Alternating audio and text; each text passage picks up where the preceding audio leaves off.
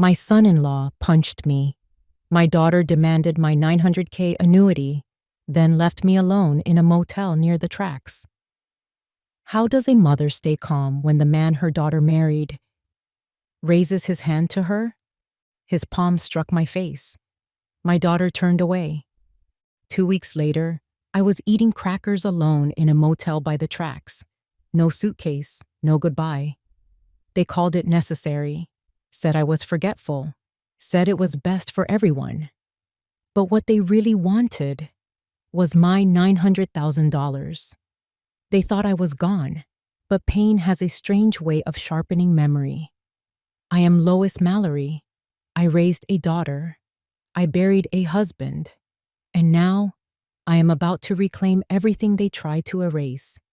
Subscribe if you know what it feels like to be left behind in a life you once built for everyone else. The motel walls had gone quiet, but I could still hear the train. I don't mean the real one, the one that rattled the windows and hummed through my chest. I mean the other one, the one in my memory, the one that took me away from everything I thought I knew. But I'll get to that later. Let me take you back to the day I thought I was moving forward. It was a sunny Tuesday in early September when I packed up my little house on Forest Ridge Drive. The for sale sign still squeaked in the wind. I'd lived there nearly 30 years, raised my daughter, buried my husband, planted tomatoes every summer without fail. That house held every version of me: the young mother, the tired widow, the woman who got through it all and kept the door open. But that morning, I closed the door behind me for the last time. Brenna insisted she and Todd would take care of everything, said it made no sense for me to live alone. Not at my age, not when they had the space. Her voice on the phone had been gentle, persuasive. She said, "Come stay with us for a while. No pressure, Mom. We just want you closer." I wanted to believe her.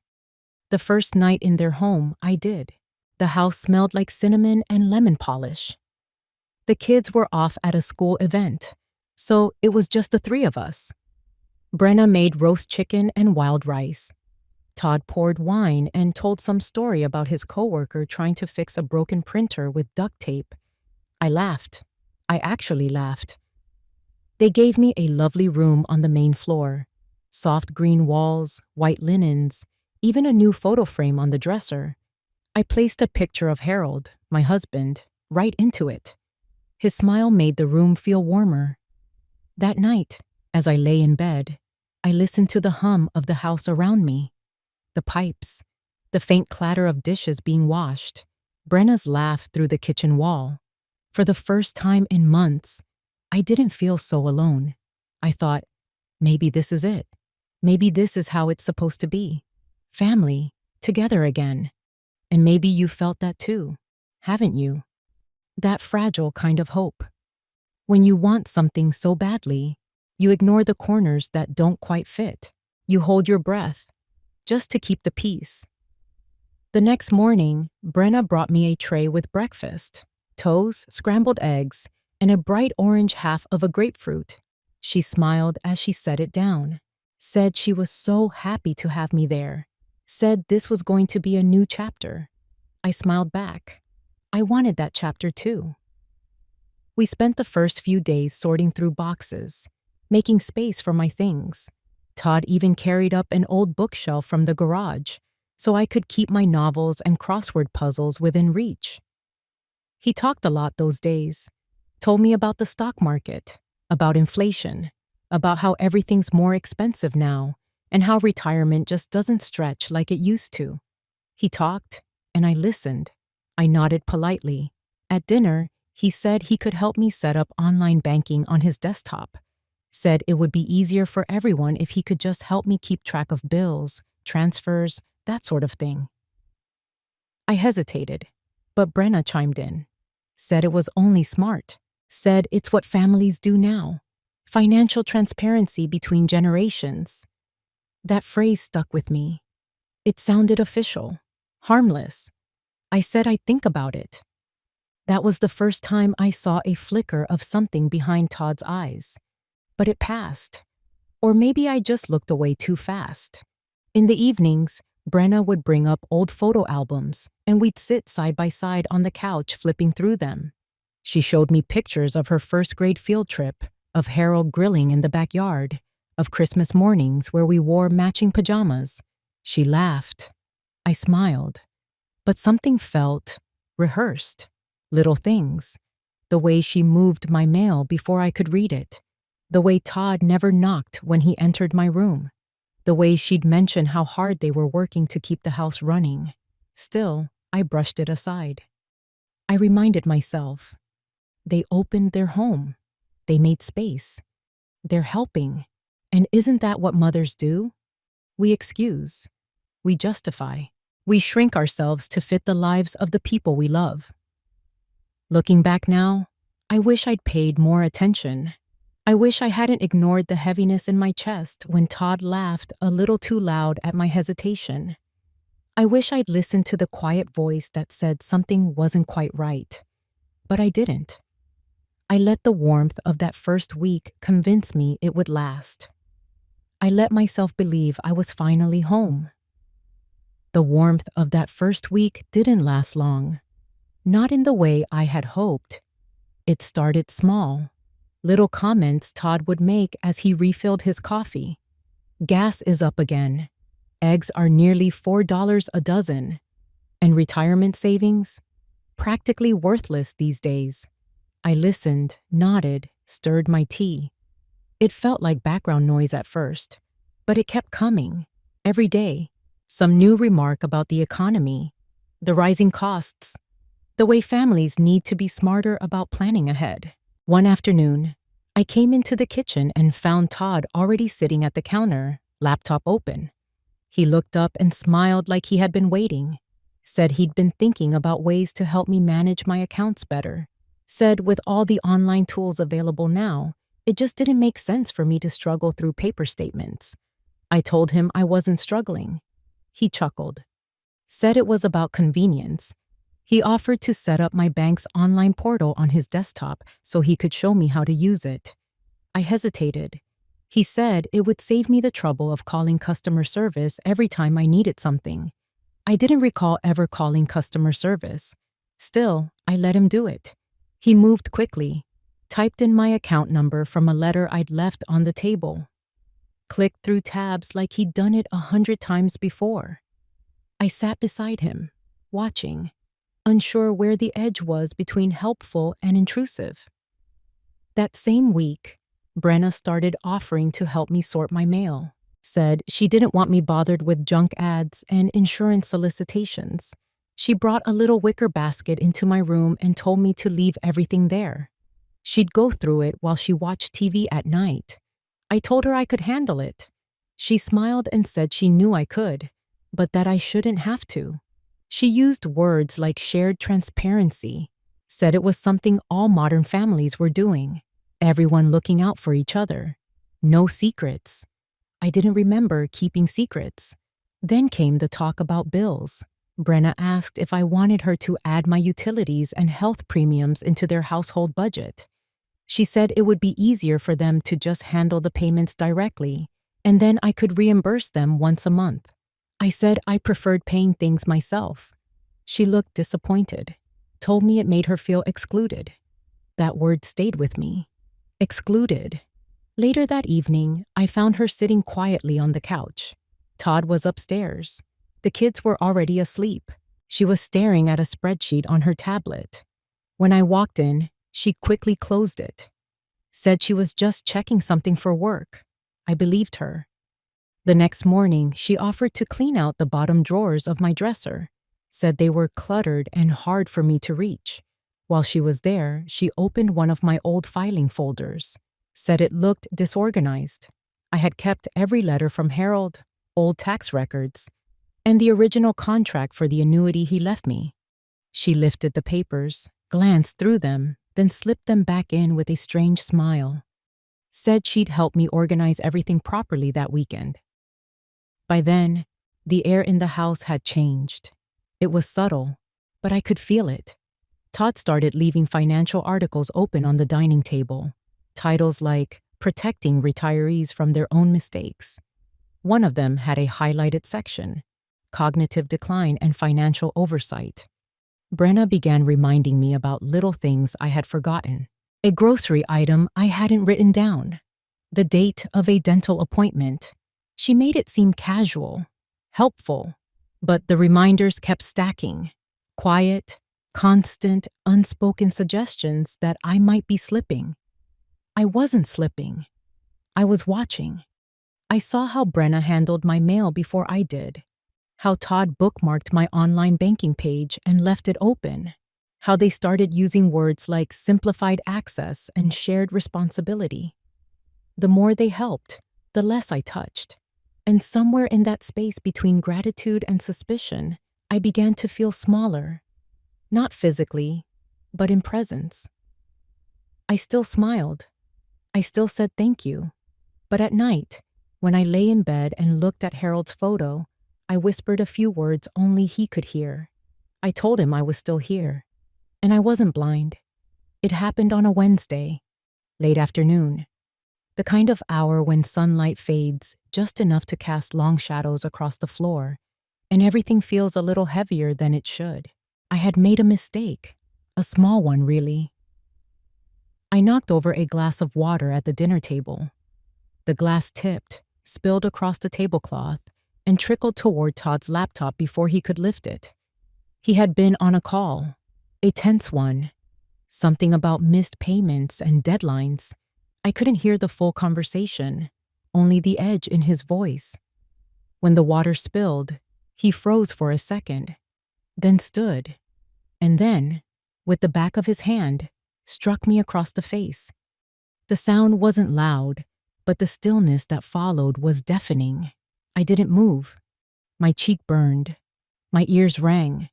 I stared at the silverware on the table, waiting for something to happen, waiting for someone to say it was a mistake, that it was just a terrible misunderstanding. But no one did. Todd didn't look sorry. He didn't rush to help or offer an apology. He looked annoyed, like I had made a mess of his evening. He leaned in close, voice low and sharp, and said, "You should be more careful." Then he picked up his laptop and walked out of the room. I turned slowly toward Brenna. She had dropped her fork. It lay untouched on the plate next to roasted carrots and mashed potatoes. Her mouth opened slightly, but no words came. Then she stood up, brushed her hands on her jeans, and followed Todd out of the room. No one looked back.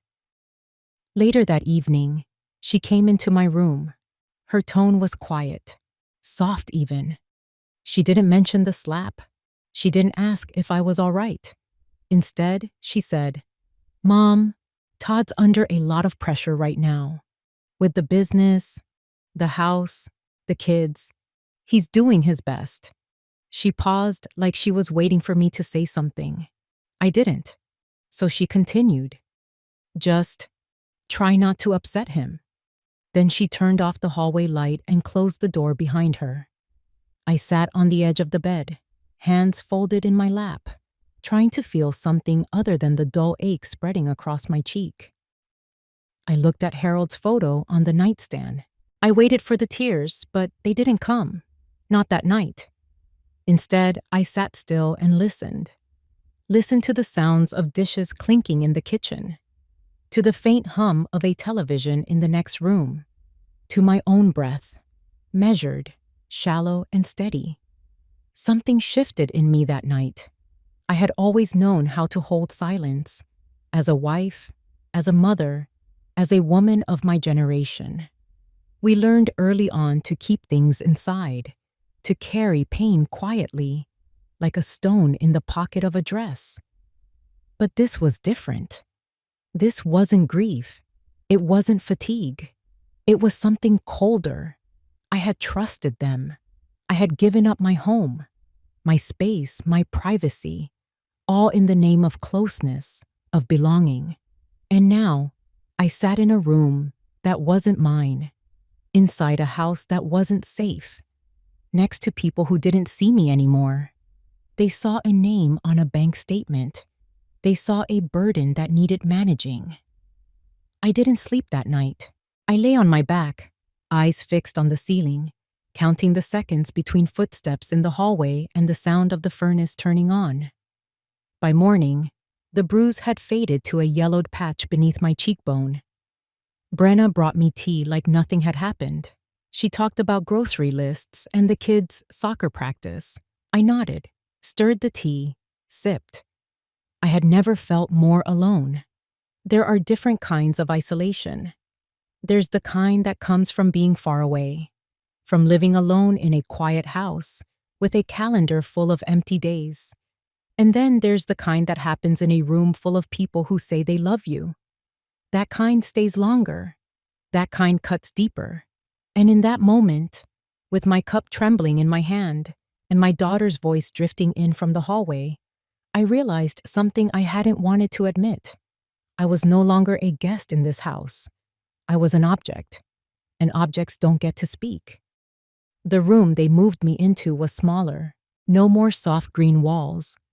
No more framed photo of Harold on the dresser. No window. No sunlight. Just a basement, cold and quiet, with a low ceiling and a single overhead bulb that flickered when the heater kicked in.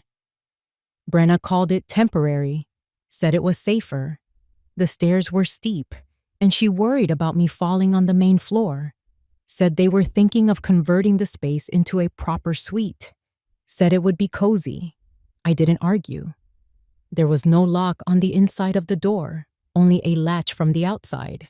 I noticed that on the first night, after I heard it click. The meals changed, too. Breakfast no longer came on a tray with grapefruit and tea. Now it came on a plastic plate, covered in foil, left on the top stair for me to carry down. Lunch was the same. Dinner came an hour earlier, sometimes just toast and a bowl of soup. No more conversation. No more sitting together. Just footsteps above me, laughter behind closed doors, and the steady hum of the washing machine near my bed. They told me not to use the kitchen anymore. Said it was too dangerous. That I'd nearly burned the rice the week before. I hadn't cooked that day. They said it didn't matter. Better to be safe. My name stopped being used in the house. I heard them talking upstairs, through the floorboards. Todd's voice, sharp and hushed. She's confused. We have to be firm. If she resists, it's only going to get worse.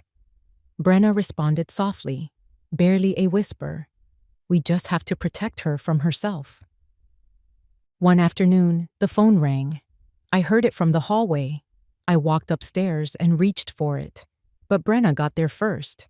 She picked it up, smiled at me, and answered in her sweetest voice. Oh, hi, Aunt Lydia. Mom's resting right now.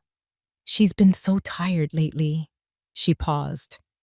You know, I'll tell her you called. Then she hung up and deleted the call from the log. Later that night, I checked the phone again. Empty. The mail no longer came to me. Brenna kept it in a drawer in the hallway, said it was more efficient that way. She'd hand me a few envelopes every now and then, mostly coupons and flyers. Anything official never made it into my hands. My name was still on the mailbox. But I had stopped receiving anything with weight. They stopped asking me what I needed, stopped asking if I wanted anything from the store. Todd said it was easier to buy in bulk, said it wasn't worth splitting lists anymore. Even my clothes changed. Brenna brought down 2 outfits and hung them on a hook near the furnace, said they were easy to wash, said it would be better if I stuck to just those for now, said it was simpler. I nodded. What else could I do? I still had a few things. A worn copy of a mystery novel, a small lamp with a broken switch, Harold's photo in a bent frame, a handbag with a few bills tucked into a side pocket. I kept those under the bed. They hadn't taken those yet. At night, I would lie awake and listen to the pipes groan. Sometimes I heard the train in the distance, the same one that passed the edge of town. Its whistle long and hollow, like it was searching for something that had gone missing. I wondered if anyone outside that house even knew where I was, if they would notice I hadn't been at church, hadn't answered the phone, hadn't been seen in town. I wondered if I had disappeared, but I hadn't. Not completely, because each night, after the lights went out, I would sit at the edge of the bed, hold Harold's photo in both hands, and whisper my name out loud. Not for anyone else, just for me. Lois Mallory. Still breathing, still here. It was a Sunday morning. Gray skies, damp air. Brenna knocked on the basement door and said Todd would be taking me out for a little ride. Said I could use some fresh air.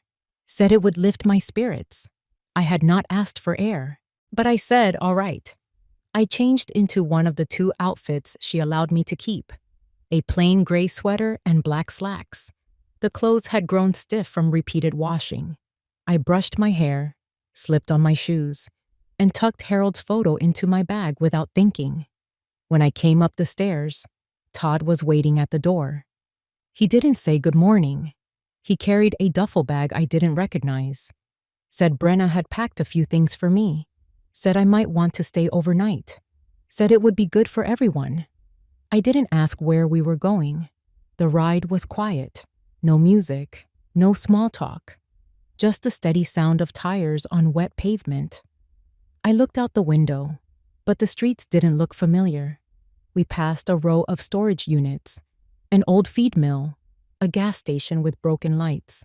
Then, out of nowhere, Todd smiled. Said we were almost there. He turned down a narrow road that ran parallel to the train tracks. That's when I saw it.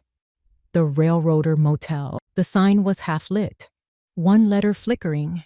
The building itself sagged in the middle.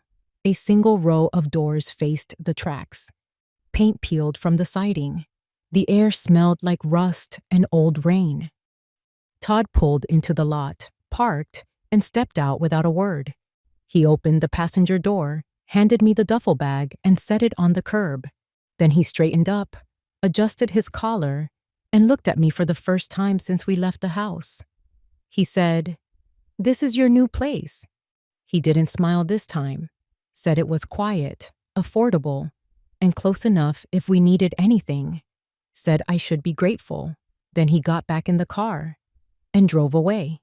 No wave, no explanation, not even a glance in the rearview mirror. I stood there, frozen, the bag at my feet, one shoe slightly wet from a puddle I hadn't seen. The wind picked up. A train whistle blew somewhere in the distance, long and low. I checked the room number written on a small envelope, 7B. I walked down the row and unlocked the door. Inside, the room smelled of mildew and lemon cleaner. A single bed, a cracked mirror, a television bolted to the wall. No kitchen, no phone, just silence. I sat on the edge of the bed and placed Harold's photo on the nightstand. That's when it hit me. This wasn't a vacation. It wasn't a break or a chance to rest. This was exile, dressed up as concern. I had been removed. I stared at the beige wall in front of me and felt something sink in my chest. Not just pain, not just betrayal. It was the quiet realization that they had been planning this, that every step had been moving toward this point, and I had helped them get there. I gave them my trust. I gave them access. I gave them room to maneuver. And now I was alone, in a motel room beside the tracks, a ghost in my own life. I didn't cry. Not yet. There was a kind of cold that settled in instead. That night, I couldn't sleep. The trains passed by every few hours. The whole room shuddered when they did. The walls vibrated. The window rattled. The sound entered my bones. I lay awake, staring at the ceiling, listening to the rails sing their low, metallic song. Not once did the phone ring. No knock on the door. No word from Brenna. They had made me disappear. Effortlessly, efficiently, clean. But somewhere deep inside that noise, under the ache, Under the numbness, something old began to stir. Something buried. Something that remembered who I had once been. The rain started just after midnight. Soft at first, then heavier. A steady tapping against the motel window. The kind of sound that might have once put me to sleep. Not this time. The bed was damp beneath the sheets. The air carried the smell of mildew and detergent that couldn't quite cover it. I curled onto my side, knees to my chest, blanket clutched tight. I had never felt so small, so emptied out. Each hour stretched longer than the last. Each passing train rattled the walls like a warning I couldn't quite name. There was no clock, but I knew the dark had lasted too long. And I knew no one was coming. I got up and sat on the edge of the bed. My hands trembled. My legs ached. But I was still upright. I reached for my handbag. The leather was worn, softened with time. I opened it slowly, like it might vanish if I moved too fast. At the very bottom, tucked inside the lining, was a small burner phone. Old, outdated, but still charged. Harold had insisted on getting it for me years ago. He called it my emergency line. I had kept it hidden all this time, a habit I never quite explained. Until now. I stared at it for a long moment before placing it beside me. The silence thickened. I thought of Harold, of the last real conversation we'd had before his health declined. We were sitting on the back porch. He had just finished fixing the bird feeder. He told me, "Lois, this money I'm leaving you, it's not just savings, it's freedom. Never let anyone touch it unless you want them to." At the time, I had smiled, told him not to worry. Now those words came back like a blade drawn clean through fog. They hadn't just taken my space. They hadn't just moved my body from one place to another. They had tried to cut me off from my own life. One signature, one password, one whispered justification at a time. I stood slowly, walked to the small mirror above the sink, and looked at myself. Not the bruises, not the age, but the eyes. They were tired, yes, but clear, not gone, not erased. I went back to the bed and pulled out a small notepad I had kept with me. Wrote down names, details, every date I could remember. What they said, what they did. Not out of revenge, not yet.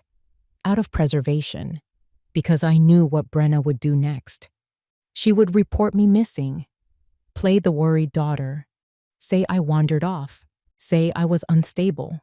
And with that report, she would try to seize control of the accounts, of the annuity, of what Harold left me. But I was ahead now, not by much, but enough. I stared at the phone again. My fingers hovered over the keys. Then I typed in a number I hadn't used in years. It rang, and somewhere between the first and second ring, I felt my breath steady. The night outside rumbled again. Another train passed, but this time, the sound didn't pierce me. It moved around me, as if the storm belonged to someone else. The phone kept ringing. Once, twice, 3 times. Then a voice I hadn't heard in years. Warm, sharp-edged, familiar. "Lois, is that really you?" I didn't speak right away. My throat tightened, but not from tears. From the strain of silence finally breaking. "It's me," I said. It's not good." She didn't ask for details, didn't interrupt, only said, "Where are you?" I told her the name of the motel, the Railroader. Room 7B, near the tracks. There was a pause, then a sharp inhale. "Stay put," she said. "I'm coming now." The line went dead. I sat on the edge of the bed, the phone still in my hand. The quiet came back, but it was different this time. Not empty, just waiting. Margot arrived 2 hours later. The knock on the door was firm, not frantic, just sure. I opened it and there she was. Short gray hair, black pea coat, eyes that didn't waver. She stepped inside and looked around the room. She didn't say it aloud, but I saw it in her face. The horror, the disbelief, the quiet fury. Then she turned back to me and opened her arms. I didn't cry in them, but I let her hold me. She brought a thermos of tea, still warm, cinnamon and cloves. She poured it into a Motel cup and handed it to me like it was made of glass. "Drink," she said, "then talk." I told her everything, not all at once, not even in order. Pieces, fragments, like scattered buttons from a torn coat. She listened, every word. Her hand never left mine. Margot had been my closest friend back when Harold was still alive. She was practical, fierce, the kind of woman who always knew where every penny went. She had once run accounts for a local nonprofit, could read financial statements like novels, had a nose for dishonesty. So when I told her about the annuity, the mail, the online banking, her face hardened. "They're trying to declare you unfit," she said. "That's the next move." I nodded. We sat in silence for a moment. Then she stood. "You're coming with me. Tonight." I didn't argue. She helped me pack the few things I had. Harold's photo, the old phone, the notepad. She walked me to her car, not once looking back. Her house sat on the edge of town, a modest bungalow with ivy along the fence and a blue mailbox with chipped paint. Inside, everything smelled like lavender and old wood. She led me to the guest room, clean linens, a working lamp, a chair beside the window. "You'll sleep here. And in the morning, we call my lawyer." Then she made another cup of tea, placed it on the nightstand, and left the door open just a crack. That night, I slept, deeply, fully, no trains, no footsteps above me, no locks on the outside of the door. For the first time in weeks, I didn't whisper my name to remember who I was. I didn't need to. I had been found. The lawyer's office sat on the second floor of a modest brick building just off Main Street. No grand signage, no marble lobby, just a brass nameplate on the door. Carolyn Meeks, Elder Law and Estate Planning. She looked to be in her early 60s, gray hair pulled back, wire-rimmed glasses, and a calm, focused manner that reminded me of the school teachers I used to admire. She didn't ask unnecessary questions. She listened. I told her everything, every step, every detail I could remember. The bank accounts, the mail, the move to the basement, the slap, the motel. Margot sat beside me, her notebook open, occasionally filling in a gap when I hesitated. Carolyn didn't interrupt. She didn't raise her eyebrows or tilt her head in pity. When I finished, she folded her hands on the desk and said, "We have time, but not much." Then she began. First, the annuity. She asked for the name of the company. I gave it. She called them directly from her desk phone, placed it on speaker, and introduced herself as my legal representative. She requested an immediate password reset on all online access. Then she arranged for multi-step verification tied to her own secure office number. By the end of the call, Brenna and Todd were locked out. Permanently. Next, the mail. Carolyn had me file a request with the Postal Service to redirect all correspondence to Margot's address, effective immediately. She said if Brenna intercepted or discarded mail after that, it could be considered federal interference. Then came the paperwork. Carolyn typed up a sworn affidavit from me, outlining the sequence of events over the past several weeks. Margot signed as a witness. We notarized it on the spot. By the time we broke for tea, the petition was ready, a formal filing to the court, preemptively opposing any future attempt by Brenna to claim I was unfit or incapacitated. Carolyn looked me in the eye and said, "This is how you reclaim ground. one document at a time. I felt something shift inside me. Not anger, not vengeance, just weight. The weight of being back in control. She gave me a folder with copies of everything. Dates, signatures, confirmation numbers. She told me to keep it somewhere safe, but also accessible. A paper trail of my own. Back at Margot's house, we sat by the kitchen window. The afternoon sun cut through the blinds, soft and warm. I held the folder in my lap. It wasn't heavy, but it felt like armor. Margot poured another cup of tea. She didn't say much, just gave me that look. The one old friends know how to give. The one that says, "You're not alone." And for the first time in a long time, I believed it. It happened sooner than I expected. 2 days after we filed the paperwork, Margot opened the front door and said, "She's here." I didn't ask who. I already knew. I stood in the hallway, folder still in my hand. My pulse didn't race. My legs didn't shake. That surprised me. Brenna stood on the porch, arms crossed over a beige coat I'd never seen before. Her hair was pulled back too tight, her makeup uneven, as if she had done it in a rush. She didn't wait for an invitation, just stepped in. Her eyes darted around the living room, then landed on me. "Mom," she said. Her voice cracked, just slightly. "You scared me. We thought something happened to you." I didn't answer. She walked closer. "You just disappeared. No note, no message. I had to file a missing person report. Do you know what that was like?" Her hands were moving now, gesturing, pleading. "You left without a word." Todd didn't know what to tell the kids. "We've been worried sick." Still, I said nothing. She took another step forward, then paused. "Why did you block the accounts?" That's when I saw it. The shift. Her voice faltered. The concern drained from her face, and something sharper slipped through. I opened the folder in my hands and took out one sheet, the notarized affidavit. I placed it gently on the table between us. Carolyn's letterhead sat at the top. Clear, undeniable. I looked at Brenna and said, "You were never worried. You were preparing a case." Her mouth opened, but no sound came. I kept my voice steady. "You took my mail. You watched my logins. You controlled my meals. You put me in a basement with no window." She flinched.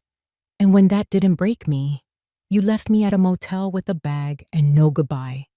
That's not worry. That's removal." She shook her head. "It wasn't like that.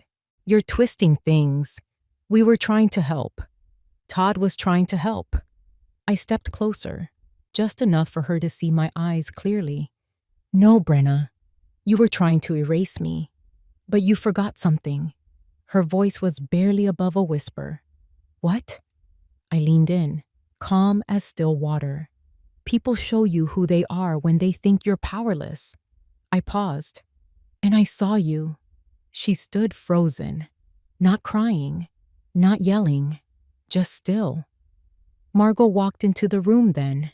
She didn't say a word. She stood behind me. Brenna looked between us, then back at the paper on the table. "You don't mean that," she whispered. But I did. I reached for the folder, returned the affidavit inside, and said, "You should go." She lingered for a moment, waiting. Maybe, for me to soften, to ask why, to pretend again. But I didn't.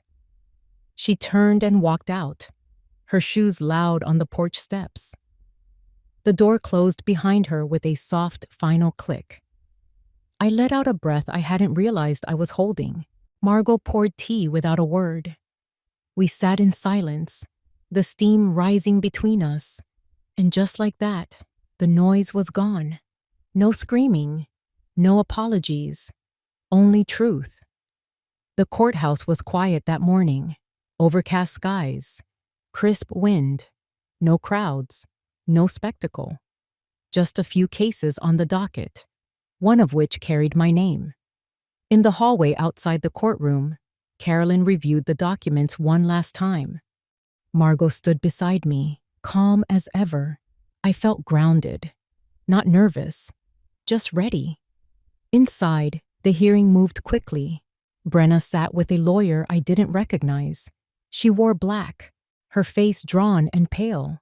Todd wasn't there. Her lawyer claimed I was mentally unstable, that I had a history of forgetfulness, that I had disappeared suddenly and had no business managing my own finances. Carolyn didn't flinch.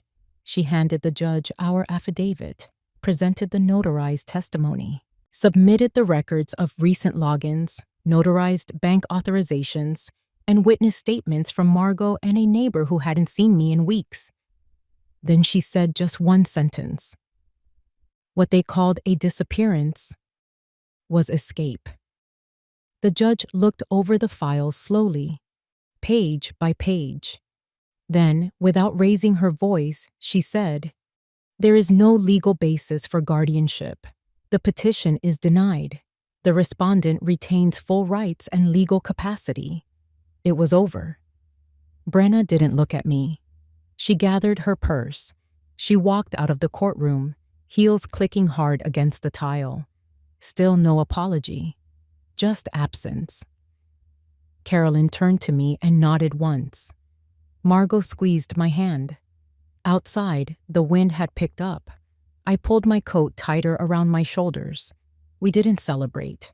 We didn't go for lunch. We simply walked back to the car. Later that afternoon, I sat at Margot's kitchen table with the phone in front of me. The number was already dialed. Adult Protective Services. I waited for the line to connect. A woman answered. I gave my name, my age, my location. Then I told her what had happened. Not everything, not the full weight of it, just the facts. My daughter and her husband removed me from my home, restricted my access, controlled my finances, left me in a motel. I was safe now, but I didn't want them to do it to someone else. She asked if I wanted to press charges. I said no. I wanted it recorded. I wanted it known. She said she understood. The call took 17 minutes. I hung up and placed the phone down gently. Margot poured tea. We sat together in the late afternoon light. Soft, unspoken. Justice doesn't always come with noise. Sometimes it looks like a quiet file added to the right drawer, a denied petition, a phone call that lingers on record. And that was enough. Not revenge, just weight shifting back to where it belonged. To me. The flyer was simple. Black text on cream paper, a line at the top in bold. Protecting your future.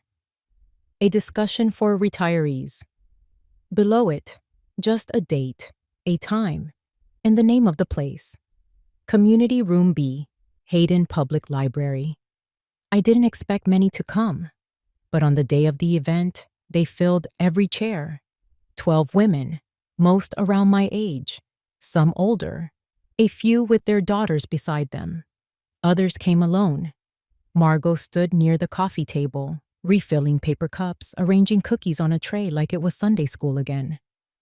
I took a breath, held it, let it go. Then I stood in front of the room and began. I didn't tell them everything. Not about the motel, not the slap, not the basement, just enough. Enough to let them know I understood. I told them how small things get taken, not all at once, bit by bit.